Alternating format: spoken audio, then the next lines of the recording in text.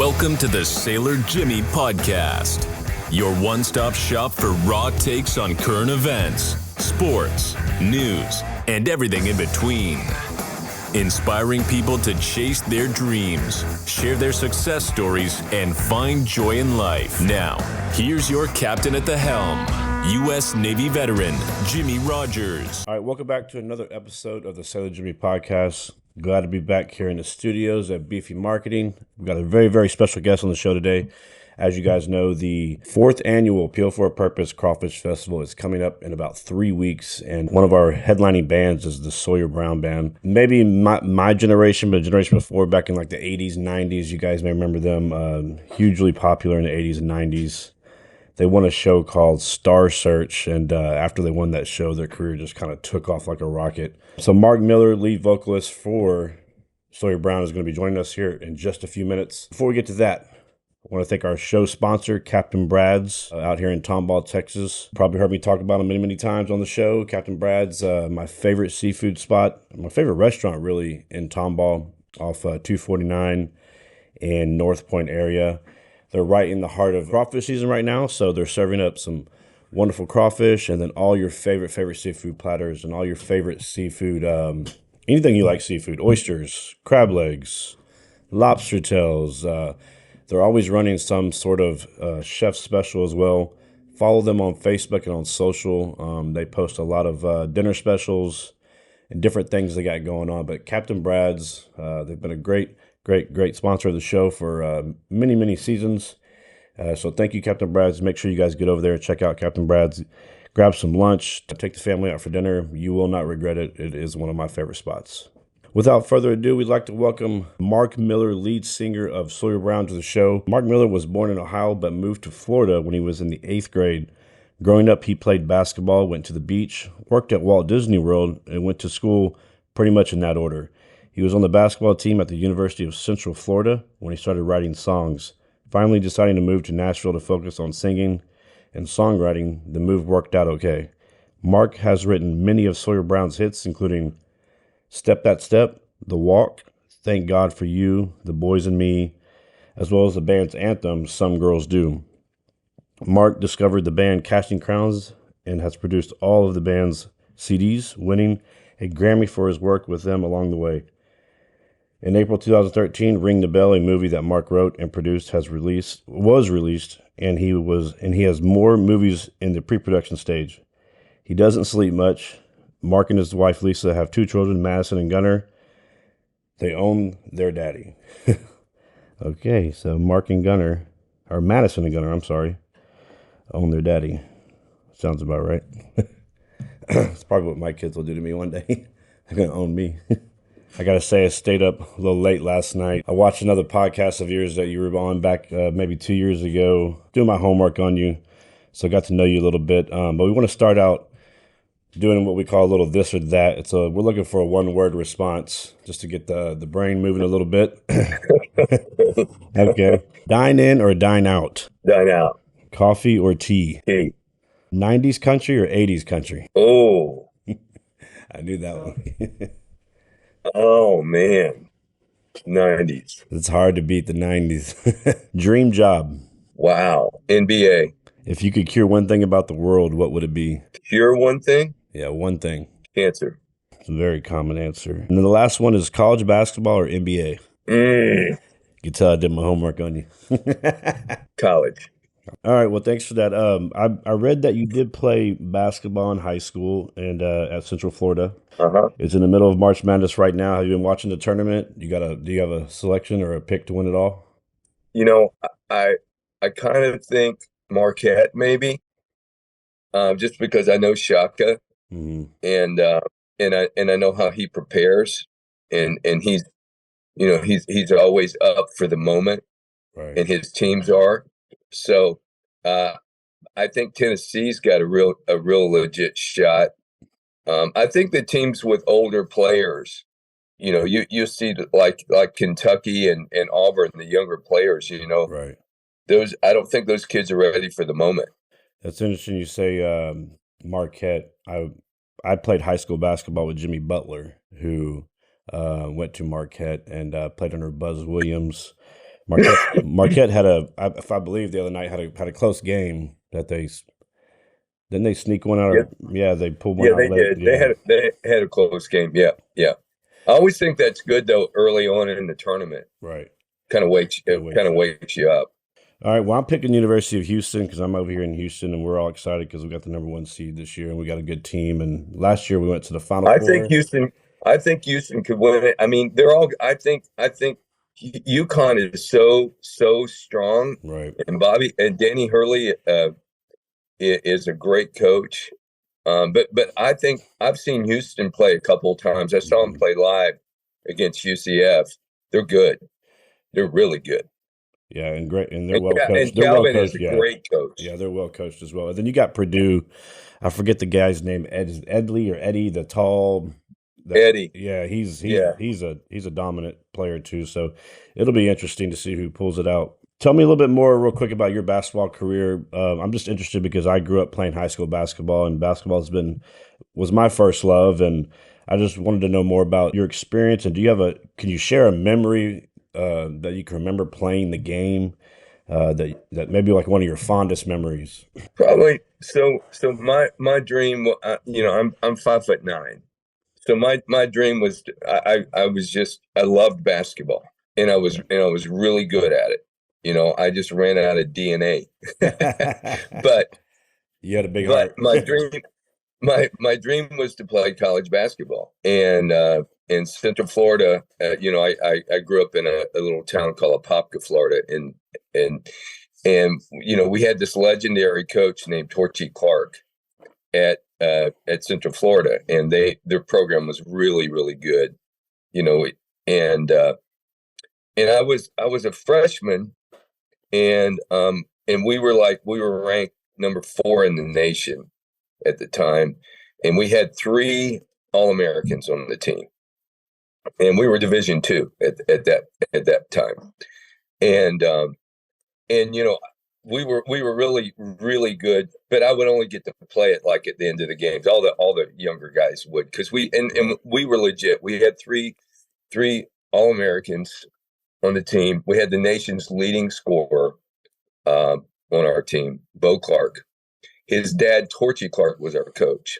So it's probably, about 3/4 of the way through the season, and you just kind of start getting burnt out because you're not getting any playing time, and you just kind of getting burnt out a little bit. And Torchy asked me to go on a ride with him. He had to take his clothes to the dry cleaners, our coach. And he said to me, he said, "Do you know why Bo is an All-American?" I said, "Well, he's the best shooter I've ever seen." He said, No. He said, "Think, why is Bo an All-American? How do you get to be an All-American?" And I said, he's the best. Yeah. That's all I know to say. And he looks at me and he says, "He's an All-American because of you."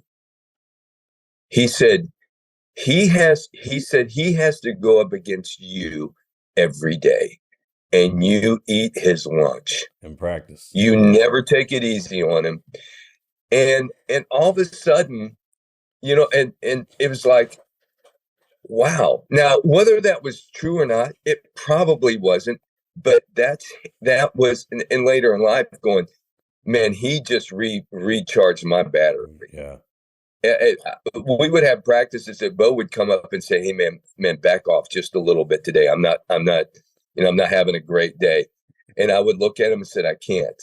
Yeah, this is my job." So all of a sudden, as a coach, and looking back on it, he gave me a new purpose, and my purpose was to make this team and this player the best player. And he gave you something you obviously have never forgotten your entire life. Yeah, so that was like that one of those moments where you're never going to forget that. Wow, that's incredible. I would have never thought of it that way. But do you still talk to Bo? Or Bo is one of my great friends. Yeah. He coached at Flagler College up until a couple years ago, and he was there for almost 40 years and then retired. Wow. And Torchy, his dad passed away a few years ago. We lost him. Well, cool, man. Thanks for sharing that story. Like I said, I'm a huge basketball fan, so wanted to pick your brain on that. I was a dream of mine to play college ball. I never got the chance to do that, but yeah, this is one of my first loves as well, something we had in common. Obviously, the reason you're on the show today, maybe you know, maybe you don't know, you're coming to Houston, Texas in about 2.5 weeks to play an event for Boots for Troops, and it's an event called the 4th Annual Appeal for a Purpose Crawfish Festival. First of all, do you know what crawfish is? Oh, absolutely. Okay. Yeah, I've eaten it. Yeah. Yeah, okay. Some people don't, Yeah. you never know. It's kind of a regional thing. We're excited to have you at the Sam Houston Race Park. Have you ever been to Sam Houston Race Park in Houston? I don't think so. I mean, we've played, I played the Astrodome, man. Oh, wow. We played everywhere in Yeah. Houston. Well, But I don't think we played the race park. it used to be an historical concert venue on the north side of Houston, but it's kind of making a comeback. Anyways, I want to tell you a little bit about Boots for Troops and what we do. First of all, we send custom care packages all over the world to every branch of the military, and we get to know the service member. We don't mass produce these boxes. So we find out what they're missing from home, their favorite sports teams, their favorite snacks, and then we build each box custom to that service member. Each box also comes with a new pair of combat uniform boots for that service member as well. We also do a service dog once a year. We provide the funding for the training, the certification of the dog. It's about an 18-month process. It's trained up at Texas A&M, and then it's paired with a veteran that has PTSD or some sort of disability. And then during the holidays, we fly E4 and below home to spend Christmas, Thanksgiving, New Year's with family. We do about 30 or 40 flights a year, complete round trip, no cost to the service member. So we're a very proud group in what we're accomplishing down here in Houston. We're super excited to have you. I wanted to ask you, do you have any close family in the military or any connection to the military or someone who has served? Yeah, absolutely. My dad actually died in the Korean War. Oh, wow. He was 24 years old, and it was me and my brother and my mom, and I actually went to school on the GI Bill, so very, very close, to that, and yeah. Amazing. Well, sorry for your father's loss, but thank you for his service, and I did not know that about you. Interesting. I also got my bachelor's degree on the GI Bill after serving in the Navy for 4 years, so love the GI Bill. What does the military men and women mean to you? And if you could speak a little bit on that, what does it mean to you and the band and Sawyer Brown? Well, I mean, just like every other American, we couldn't have the lifestyle and the freedom, and man, that's just so overlooked. As I'm sitting here saying it now, I overlook it. I think we all do. I think when you go out and you get in your car and you can go anywhere you want, or you wake up and you're in your own space, right? And no one is telling you what to do. It's because of people like my dad and those who served for those freedoms and what we believe in it and to be able to believe and have the faith that we do and allowed that to have the faith. It means everything, and we all overlook that, and it's because of their sacrifice. Certainly. If you don't mind me asking, what branch did your father serve in, and was he a pilot? He was in the Air Force, but he was not a pilot. Okay. I want to do a real quick fun question for you, just because our main program at Boots for Troops is the Care Package program, and we call it the world's greatest care package. And if you were in the military and you were out somewhere deployed and you received a care package, what would you want in your care package? Oh man, that's wow. Sports wise? Sports, snacks, just Okay, imagine being somewhere where you didn't have the resources or the the convenience of having whatever you like the most. What would you want on your box? I would want a family pack of Oreo cookies. I would want a University of Kentucky t-shirt, and just to represent a Florida State football jersey. Let me see. So you like Kentucky basketball, Florida State football? Yeah. All my folks are from Kentucky. I have season tickets to Rupp, so Nice. And my son went to med school at UK as well. But I grew up in Florida State fan, Bobby Bowden fan. Oh, and now we want peanut butter and jelly, and I want Peter Pan peanut butter and Smucker's strawberry preserves. Nice. Have you had the what do they call those frozen peanut butter and jelly sandwiches? The Uncrustables. No, I ain't doing that, man. My wife keeps a pack in the freezer, man. I don't want it. I love peanut butter and jelly sandwiches. I don't want it to ruin it for me. I understand that. All right. My last question regarding kind of the military is the music industry lost a really great man recently. He was a hero to many of us who served. Can you tell me anything about Toby Keith? Did you have a relationship with him? I saw a video, I think, of you on stage with him maybe recently before he passed, but obviously his work with the USO and all the different things he did for the men and women in uniform meant a lot to us and holds a special place in my heart. I wanted to ask you about Toby. Man, I was really close with Toby. I was at his last show in Vegas. And I think the clip you saw, we did a benefit for Toby last summer. And I had gone down and spent the day with him, and he was doing this benefit to raise money in Oklahoma. So we went in to do that. And as I was walking on stage, he said, "Hey, and he hadn't sang, since he got sick, like it was almost like a year and a half, and he wanted to come out and sing. And he came out and sang all these years, which was a Mac McAnally song that we had recorded. And then he stayed out on stage and the rest of the show and just sang. And you can see in the clip that, he was really, really weak but he sang so good. But man, Toby opened for us for his first year and a half, his first tour.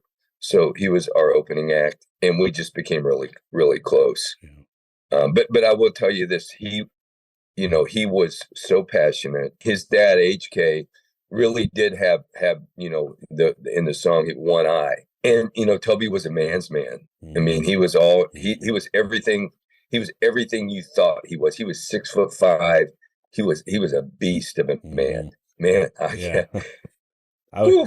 it chokes you up to think about. That's one that hit pretty hard, especially serving. And I just knew what he did for our troops. And I kind of compare our organization to the U.S. So we focus a lot on active duty. So just so grateful. He went into the stuff, man. He went in. Yeah. He went in with I mean, we had the same manager, and at one point my TK, our manager, he said, man, Toby is crazy. He said, man, he wants to go in. He would go in with an acoustic guitar into the war zones, man, and into the stuff and play for those guys and hang out with those guys. And he was the deal. Yeah, he was the real deal. He was incredible. Tough one, man. But like I said, I just want to honor him, and I think we're going to do some sort of tribute at the festival to him on the big Jumbotron. But obviously in what we do and what he did in his career, it just feels right to pay tribute to that. Well, they'll hear a Toby Keith song out of us that night. Oh, beautiful. Yeah. Beautiful. That's interesting that he opened for you guys, man. That's really cool. Yeah. So let's talk a little bit about the band before I get you out of here. You guys got together like in the 1980s. Like I said, I listened to a podcast last night that you were on. I think it was with Marty. Yeah, Marty Smith. Yeah, Marty Smith. And you talked about, I watched the podcast, and you told a story about how you guys got on the show Star Search. And it was like, hey, you got to get on a plane tomorrow morning, and you guys didn't have any money. And so I thought that was just a really cool story. But can you tell me a little bit about your almost 40 years together? Or 40, is it 40 years now together as a band? Yeah.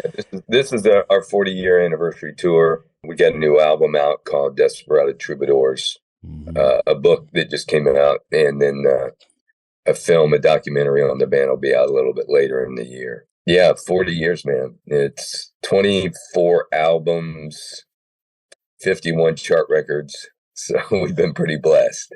And still, this is a 100-city tour. We're going to be coming across our 6,000th show this year.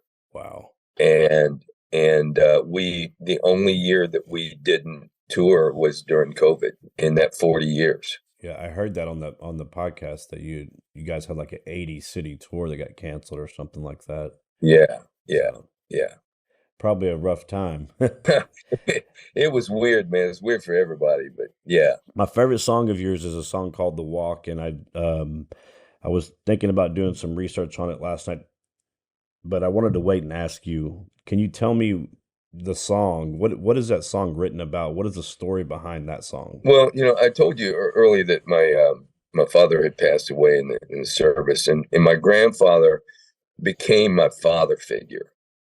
Really, my mother was. My mother was she was incredible. She was a single mom, and she was both mom and dad. But we for several periods of our life, we would live with our grandparents as well, or our grandparents would live with us. So my grandfather he was not unlike Toby's dad, HK. We would always joke around because we were kind of cut from the same cloth. And my grandfather was just this bigger than life character to me. He'd gotten really sick, and we knew it probably wasn't long. And I wrote The Walk out of that experience of losing my grandfather. Well, it's a beautiful song. I'm almost certain you're going to play it at the event. Yeah, you might get in trouble if you might get in trouble with the crowd if you don't. Yeah. The other song I wanted to mention real quick is "The Race Is On," and I just think it's interesting. You're coming to a Sam Houston race park, and that song could almost be the anthem of a race park, right? Can you tell me a little about the Race Is On? Well, that was a George Jones had originally cut it and had a hit on it. And Hobie and I were in New York, and we were in this like boutique store, and this punk rock thrash version of "The Race Is On" came on. And when we were getting ready to cut the new album, and we had finished, recording all the songs we had written. And I just had this idea, somewhere between punk rock and George Jones, right in the middle is our band. Yeah. And so that's basically, we went in with that kind of attitude and listen, especially at the time, because George Jones was still very relevant, right? To redo a George Jones song, was sacrilegious in the country music, genre. So, but it was so unique, and we knew when we cut it. We knew as soon as we ended the song that we had done something that was pretty special, and that it ended up being the case. Is that one of them songs where you guys used to run around the stage, act crazy? I've seen we still do. You still do? Oh, I can't wait to see it. I can't wait to experience it. But yeah, so speaking of that, you're coming here April 13th. We're like 18, 17 days away. Everyone here is getting super, super excited about it. What can the fans that are going to be at the festival expect from you and the Sawyer Brown Band here in Houston? We pride ourselves on playing all of our hits. So if I know I would always go into a concert and sometimes the artist gets even bored with their own hit songs, and they'll kind of rotate. We play all of our hits, and so if you're a Sawyer Brown fan, there's a real chance you can sing every song that we're gonna do. But also we have, because this is our 40 years, and people that have our brothers on the road, like Toby Keith, and we'll be doing a tribute to some of our brothers that we've toured with, and so that's pretty fun for us to get to sing some of their songs as well. Well, I'll tell you what, a tribute to Toby Keith in this area of the country is going to be super special. I mean, everybody here loves Toby, as you know.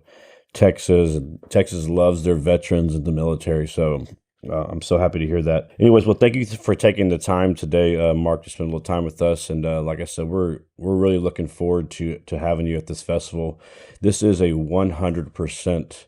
Every ticket sale, merchandise, T-shirt, every penny that gets spent at this festival goes back to the organization, so we can continue to send care packages fly service members home. There is no for-profit investor in this event. So 100%. And you're playing a big part of that. So thank you for coming, and we look forward to meeting you when you get here. Thank you, man. Yeah. Well, I get it. Well, I get to see you and meet you personally. Yes, sir. I'll be there. I'm the event producer. So Okay. Awesome. yeah, Awesome. yeah. I'll see Yeah. you when you get here, and I'll have a special gift for you. Yeah. All right, man. All right, Mark. Thanks for taking the time. Thanks for taking the time. Thanks, buddy. All right. Bye. Bye. Let me tell all you out there about my friends over at Sam Houston Race Park. The race park is back, y'all, and they're bringing back live entertainment. As you guys know, we have our Peel for a Purpose Crawfish Festival coming up there April 13th. We're going to have a comedy show with Jesse Payton and Dustin Sims April 27th. But the track is back, bringing back live entertainment. Also, though, they're doing live horse racing on the weekends. So if you're looking for something to do Friday, Saturday, and Sunday with the family, or just take the old lady out for a little date night, head over to Sam Houston Race Park. You can bet on the horses. They got great food, drinks. It's something different to do. So we went out there a couple weekends ago and bet on a few races and had a good time. So get out to the track, Sam Houston Race Park. Check out some live racing. Check out their calendar for all their live entertainment events, and go support the track. Thank you for taking the time this morning to spend with us here on the Sailor Jimmy podcast. Happy to have you. Sorry it's taken me so long to bring you on. Okay. I'm happy to be here today. Good to see you. You're one of my favorites. Let's get into a little bit about you real quick. Well, first of all, let's start with, we like to do a little thing called this or that. And we're looking for just a one-word answer. All right, coffee or tea? Coffee. Dine in or dine out? So is it this? Do I say this or that? Well, you have to choose this or that, like dine in or dine out. Coffee or tea? All right, so dine in or dine out? Oh, dine in. 90s country or 80s country? 90s country. What is your dream job? I'm doing it. That's what I thought. No better job than the one you're doing. If you could cure one thing about the world, what would you cure? Ooh, Like if you could snap your fingers and it would be gone forever. sickness. Cancer, sickness, any sickness? Any sickness. Yeah. We get cancer like 80% of the time. Yeah. My mom has psoriasis, and she's had it for like over 20 years. And when I talk about that, people are like, "Oh, psoriasis." Like, I know somebody that has that, and it's like, no, it's over like 90% of her body. And it's like awful. And there's no rhyme or reason. They have no idea what causes it. And I've tried to like kind of dig in and figure out how to kind of bring that illness to light, and try to, I don't know what I'm doing yet, but I know that I'm going to do something when it comes to Well, that. maybe that's like the cause that you need to, well, besides Boots for Troops, but maybe that's your cause, like that you get behind and you make a huge Yeah. impact. And psoriasis, isn't that like the skin disease? Yeah, it's like when your skin cells, they regenerate instead of every 30 days, it's like every 2 to 3 days. And so Right. like it creates like just this mound, And and she has plaque psoriasis. So it's like, it basically feel like if it's untreated, I mean, and even if it is treated, like she's gone through all kinds of different treatments, but I mean, it feels like fire ants all over your body all the time. I And it's think awful. I think my stepdad's mother, my Momo, we used to call her Momo. I think she had it on not a severe level, but you could always see her like scratching her. It Yeah. was real, like you could see like the skin cells. Yeah, that's hmm that's terrible. Yeah, there's so many things that I wish we could find a cure for. The We'd next be here one, all day. right? The next question is probably not going to be of any interest to you, but I'm going to ask anyways. You may not even watch sports, college basketball or NBA. Oh, actually, so when I was growing up, I watched a lot of just professional basketball. Oh, Like, I freaking loved our Rockets. Still do, but I don't really watch it much anymore. I mean, Right. I don't really have time. I don't watch TV all that much, but I was like, I had posters in my Nice. room. I had like Hakeem Olajuwon, I had Charles Barkley, I had all the boys. Nice. Yeah. Man, see, you never know about certain people. You never guess that, but still here naming the players. Basketball was my first love, so I played in high school, and it's near and dear to my heart. So, I always wanted to play. Like, I mean, we played, in the neighborhood, but Mhm. I mean, I'm 5'3", so I mean, I didn't really have a shot, if you will. Well, 5'3" is not necessarily that's like average height for a woman, right? I feel like I'm shorter than most women.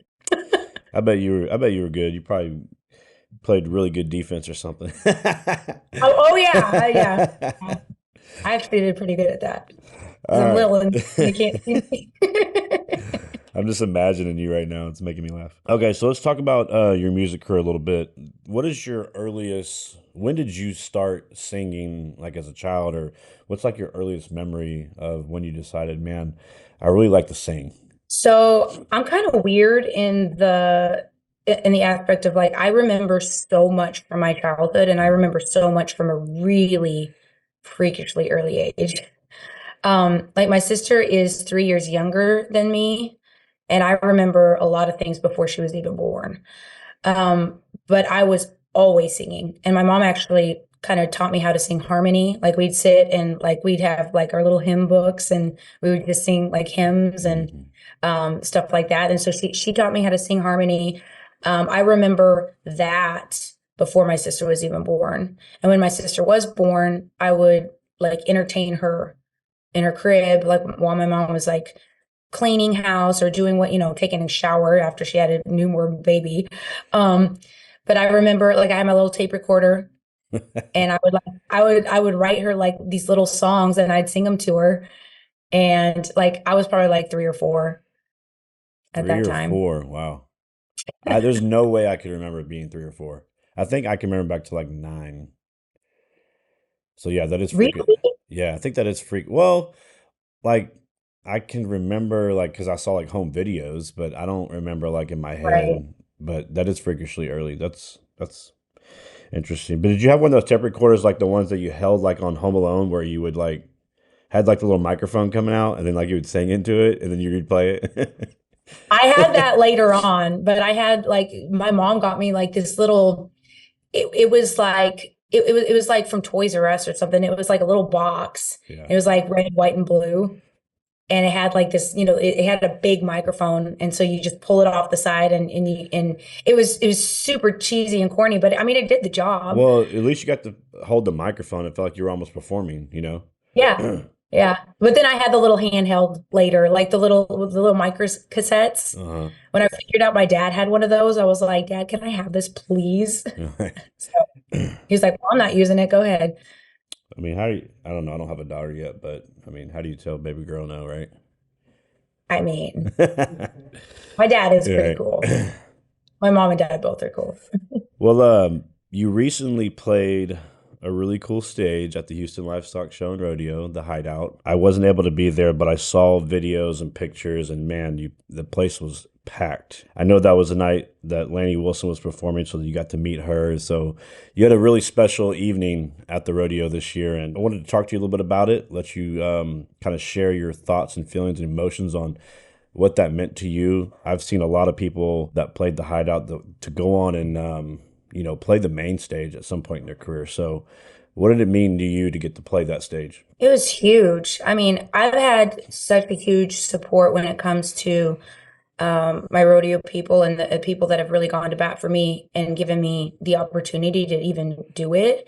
Like Mike Williams, like he had me on last year at the Hideout, and it was so cool because he came to the show, and as soon as we got off stage, he goes, "You are family here, and you always have a place with us." And it's like, I mean, I cried like a baby that night, that whole next day, just thinking about all the things. But this year was like, it was so different because last year it was like, cool, I get to play this awesome, venue that I've wanted to ever since, I even knew what the Hideout was. But this year I stressed out about it. Yeah. It was like it's going to be probably one of the biggest nights at rodeo, which I think it was the biggest night in country music. Right. At rodeo. I mean, we were at capacity an hour and a half before we started. Yeah. And I didn't even walk in the building. Like my band members, they kept on like going in and out. They're like, golly, it's real crazy in there. I'm like, don't, la, la, la, la, la, la. And I don't really ever get nervous Right. about things. It's like, okay, I know what I'm doing. But just the anticipation of like knowing what it was going to be like when I went out there, I could not have even imagined. Like everyone was pumped. Everybody was like feeling like no pain. And it was so good. I mean, I feel like in those certain moments, no matter how rehearsed you are, it's still okay to get a little nervous. That just means that you really do care and you're really in the moment. I mean, I still get sometimes when I give up and give a speech at a gala or on the stage at a concert, I still get those little butterflies sometimes in my stomach. So it's like if you were going to play the Grand Ole Opry, right? At some point you're going to, so right, you're going to get that same feeling where you're like, I've been waiting my whole life for this moment. Recently, you came out to our care packing party at the Boots of Troops headquarters. And I didn't know you were coming. You showed up. You kind of surprised me. And it meant the world to me. What did that experience for you, getting to pack the care package and write the letter? And I know you received a letter back from that service member, which was super special. I have to tell you that we send over 1,000 boxes a year, and we probably get 30% of people respond. So the fact that you got something back was really cool. But what did that experience, getting to wrap the box, get your hands on the cause? How was that for you? That was really, really cool to be a part of. Like, I've wanted to do it, like I've seen y'all, post about it and that you're doing, and it's like my schedule has just never lined up. And I was off that day. I was like, you know what, I'm going to do this. And I put it on my calendar, and it was actually on my calendar for about a month. And so if I don't put something on my calendar, it doesn't happen. So I was like, I'm going to do this because this means a lot for me to go and do this. Yeah. But like I've had a lot of family, and I've had so many friends that are service members, and it just I needed to be a part of it, and I wanted to be able to help in some way. Yeah, and when you got the message back and you texted me, and I think we were both. I'm pretty sure you probably really did cry. I got a little teary-eyed, but I was like, man, that's just really cool, because it makes you realize how impactful and just what that means to those men and women that are over there serving. And that was huge. And you know what? You live in South Houston, so don't you live in like Clear Lake area, or like? I live in Galveston County. Yeah. So to come to our packing party, which is on the north side of Houston, it was at least an hour drive. And I thought, wow, that's, I've been in this industry for almost a decade now, probably 8 or 9 years. There's a handful of artists and musicians that have come out and done that, and you're one of them. And I'm telling you, it means the world to me. So thank you for being there, Susan. Well, thank you for all that y'all do. Like, I mean, there's a lot of people that say they want to do something and then just never do it. And y'all are like living proof that you just put your nose down and you do it. And, you're making a difference. So. And there's a lot of people in our community, from musicians to volunteers to companies that sponsor. I mean, it's a big team effort. And, now you're a part of that. So thank you. I wanted to bring that up. All right, let's talk about April 13th. You're coming to play again at have you played the Peel for a Purpose yet? Or I know you've played concert in the country. I'm not sure if you've played the Crawfish Festival. I have. Yeah, I played it a couple years ago when Tracy Lawrence headlined. Oh, at the Hideout in Cypress. That venue was supposed to like take off and do amazing things, and then the fire marshal shut them down, and it was kind of. Oh, is that what happened? I wondered, but it was such a cool place. Yeah, you're coming to play on April 13th. We're gonna have Wade Bowen, Sawyer Brown, you, Rick Trevino, Carlton Anderson. What does it mean to you? I know we talked about packing, but every time you get to step on the stage and perform at a festival, especially for a cause like ours, what can the fans expect from you and the band on April 13th? I mean, as far as the band show goes, it's very high energy. So we're definitely looking forward to, playing all the bangers and playing some new music. We've got a ton of new music that we're working up, that we're getting ready to release and getting ready to record. So we've got like all of these different eggs in all the different baskets, but the band show is amazing. And my guys are like, I'm so proud of them. They every time we step on stage, they just step up and just give 1,000%. And I'm like, man, I have the best band on the planet. I mean, they're just so cool. And the thing that I love most right now about like what we've got going on, like they're my friends, Right. you know, like it's not just like, oh, I'm the boss and this is how, you know, then this where we're just here to do a job. It's like these people are my friends, and it's like having that camaraderie with, you know, the people that you spend a lot of time with. It really means a lot, and they just they just step up and they just make sure that I'm okay, and like, oh, do you need this, and like, you know, anything. It's just they're amazing. Well, that's probably makes your job a little easier. Oh It yeah. makes everybody's job a little easier when you got the camaraderie and you get along and everybody's you know, excited to be there. So Yeah. I love your full band shows. The last one I came to, I think, was at Sawyer Park, and you rocked it out. And my favorite cover by you is Broken Wing. So just a little note in your head. We'll probably do that. Hopefully I'll be around and not running around somewhere and I won't miss it. But we're so excited to have you. And we've been talking a lot about you lately within the organization and how grateful we are. I keep going back to that because, you know, life's about supporting each other. And we want to support you, and now you support us. And I think together do some special things. You have some new music coming out. I've seen the campaign going on. You're going to be releasing a new album. Talk to me about the album. What do you need? What do you want to tell the people that are going to see this? We're going to make clips and put it on TikTok and Instagram and Facebook. So what do you want to tell the people about the new album, and what do you need? What kind of support do you need?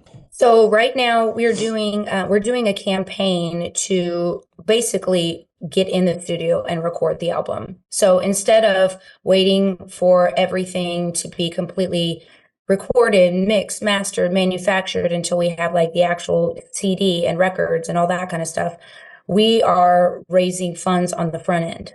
Mm-hmm. So we're asking people to buy, you know, pre-order CDs, pre-records, house concerts, signed guitars, full band shows. You can even be an executive producer on the album, which is really cool. We even have a day in the studio. So one of our tracking days, anyone that does that package, they can come in and spend the full day in the studio. And we'll probably do like a little concert type of thing after we're done tracking. So we're still trying to kind of get the details about that, but it's a really cool way to fund creatives. And you know, it's through Indiegogo, which if you've heard of crowdfunding campaigns, you know, Kickstarter, Indiegogo, GoFundMe. It's basically an all or nothing campaign. So our goal is up in 2 days. Oh no. I know it's crazy, but we're the momentum is there. I'm actually gonna go drive up to Montgomery right after this podcast and go pick up a check and then put that into the campaign. So we're getting there, but we have 2 days left, and we're very excited about it. And we're very excited to get this thing funded and get in the studio and hopefully have everything out by the fall. Okay. It's a real short timeline, but we've got a goal and we've got a purpose, and we've got a lot of big things coming up this year. So it's really important that we get that funded to get the new music out. Well, one thing I admire about you is your courage, and you know, a lot of people, I see it all the time. They have this big dream, but they're afraid to ask for help, or they're afraid to ask, you know, their fan base for support. You know, I just want to put my feelings out there about that. I think it's great. I think it's totally okay. Like you said, you're funding creatives. Music makes a difference in people's lives, and it's totally okay to be vulnerable in that way. So for anybody that's watching, I hope they go out and support you. And you, like I said, you showed up to our care package, drove an hour away, care packing party, and you gave back to your community, and not a lot of people do that. So you're giving and taking, and I think that's huge. So I hope all of y'all will go out there and support Susan Hickman, not only in her new music, but at her shows, her live shows, April 13th, Purpose Crawfish Festival. That's her next one, I think, big one. Yeah, 2.5 weeks away. So anything else, Susan, anything else you want to tell the people before we sign off here and let you get out of here so you can go pick up that big check? I just follow the social media, go to my website. That's basically the hub. I put everything on there. So from there, you can find me everywhere. Come to a show.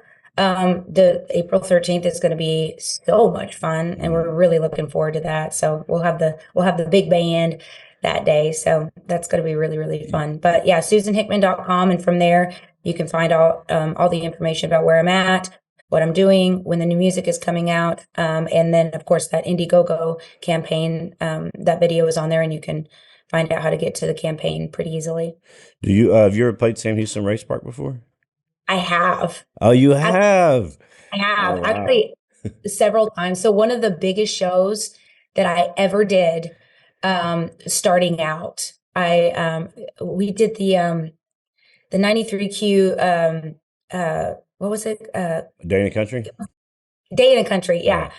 And I did it a couple times there, but I did it like 3 or 4 years, like in a row. Wow. But the first one I ever did was there, and Joe DiMessina was the headliner. Nice. Yeah, it was like a whole day, but yeah, we were the first band.